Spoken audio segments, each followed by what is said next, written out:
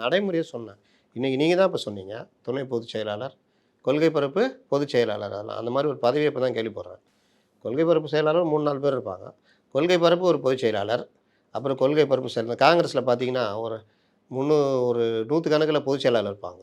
காங்கிரஸில் பார்த்துருக்கீங்களா? எல்லாம் கார்டு போட்டு சுற்றின்னு இருப்பாங்க. அந்த மாதிரி இருக்குது. தமிழக வெற்றி கழகத்தினுடைய அடுத்த கட்ட மூவ் என்னவா இருக்கும்? இப்போ ஜூன் 22 அவருடைய பிறந்தநாளுக்கு பிறகு மிகப்பெரிய அளவில் சுற்றுப்பயணம் இருக்க போகிறது.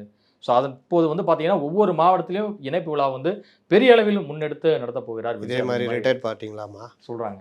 இதே மாதிரி எல்லா மாவட்டத்திலும் தேடுப்பா ரிட்டையர் ஆனவங்களாம் இருக்கணும்.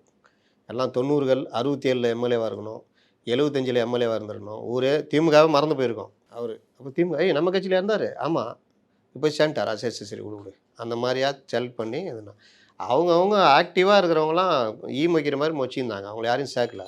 இப்போ பார்த்தா அந்த மாதிரி இது நல்ல விஷயம். அடுத்த கட்ட மூவு என்னை கேட்டால் உண்மையிலேயே விஜய் வந்து எல்லாத்தையும் முடிச்சிட்டார்ல. ஜூன் 22 அவர் பிறந்த நாளே ஒரு பெரிய விழாவாக்கி அதில் மிகப்பெரிய அளவில் ஒரு ஸ்பீச் கொடுத்துட்டு அவருடைய பயணத்தை ஆரம்பிக்கிற வேலையை பண்ணணும். உங்களுக்கு லீடு கொடுத்துட்டேன், ஆனால் அப்படி நடக்குமான்னு தெரியாது.